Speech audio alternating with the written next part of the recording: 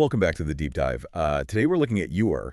It's a supplement that's really riding that huge GLP-1 hype train.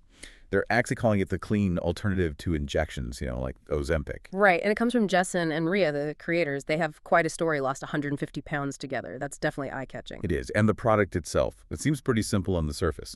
Main ingredients are glucomannan, that's from konjac root plus chromium, and 5-HTP.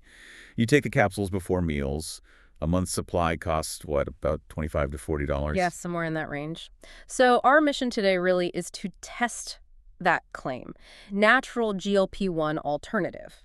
Does it actually stand out? We need to get past the powerful founder story and look at the science. And critically, this issue of ingredient transparency, or maybe the lack of it. Okay, let's start with glucomannan. That seems to be the core of it. Its action is purely mechanical, right? Not really biochemical. Exactly. It's basically physics. This fiber, it absorbs water and expands in your stomach, like up to 50 times its weight. So the idea is it physically makes you feel full, less room for food. Makes sense. Creates fullness.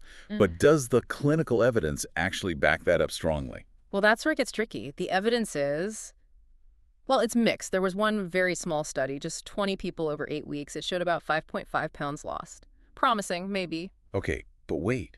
You've got the founder's big success story and this small trial showing some loss. Doesn't that anecdotal stuff plus the small win count for something? Why just dismiss it? But that's a classic marketing tactic, isn't it? Highlight the small positive, maybe downplay the bigger picture. Because the largest randomized controlled trial we have looked at 53 people, same 8-week period. It showed practically no significant difference. The glucomannan group lost 0.4 pounds. The placebo group, 0.43 pounds. Statistically, that's identical. No real effect on weight loss there. Wow. So not only did it potentially not work in the bigger trial, but did that physical expansion cause issues, side effects? It did, yeah. In that same larger trial, the glucomannan group reported more digestive discomfort. Things like belching 13% compared to just 4% in the placebo group, and bloating too, 12% versus 3%. So that physical action isn't always comfortable.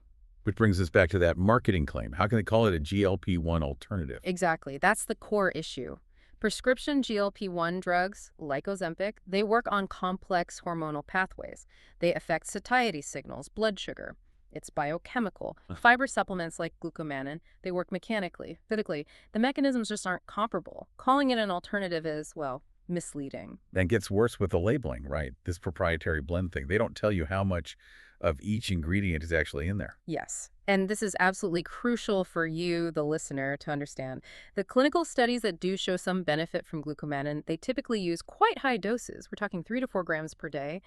If Eurae capsules contain way less than that, and we don't know because they don't say, then the positive research they might be hinting at, it just doesn't apply to their product. So they're basically using the reputation of studies done on higher doses, even if their own product doesn't match up, sort of like borrowed science. Precisely. You're gambling on an underdosed formula. You're paying for the idea based on someone else's research, not necessarily for an effective dose in the bottle you bought. And we run into the same wall with the other ingredients, chromium and 5-HTP.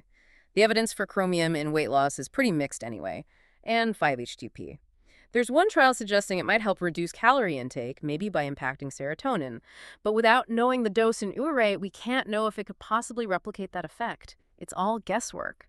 Okay, so wrapping this up. The founder's story is relatable, sure, but it doesn't make the science valid on its own. And that clean alternative language, especially with the shaky data and the hidden dosages, it really feels like marketing trying to cash in on the GLP-1 buzz. I think that's fair. And here's something to think about. You can go out and buy standalone glucomannan supplements where the dosage is clearly listed, often for less money.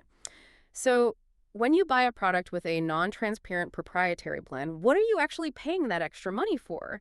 Is it for a proven effect or just for the marketing hype? Really makes you think, doesn't it? You should always demand transparency, especially when supplements are marketed using science that might not even apply to the dose you're getting.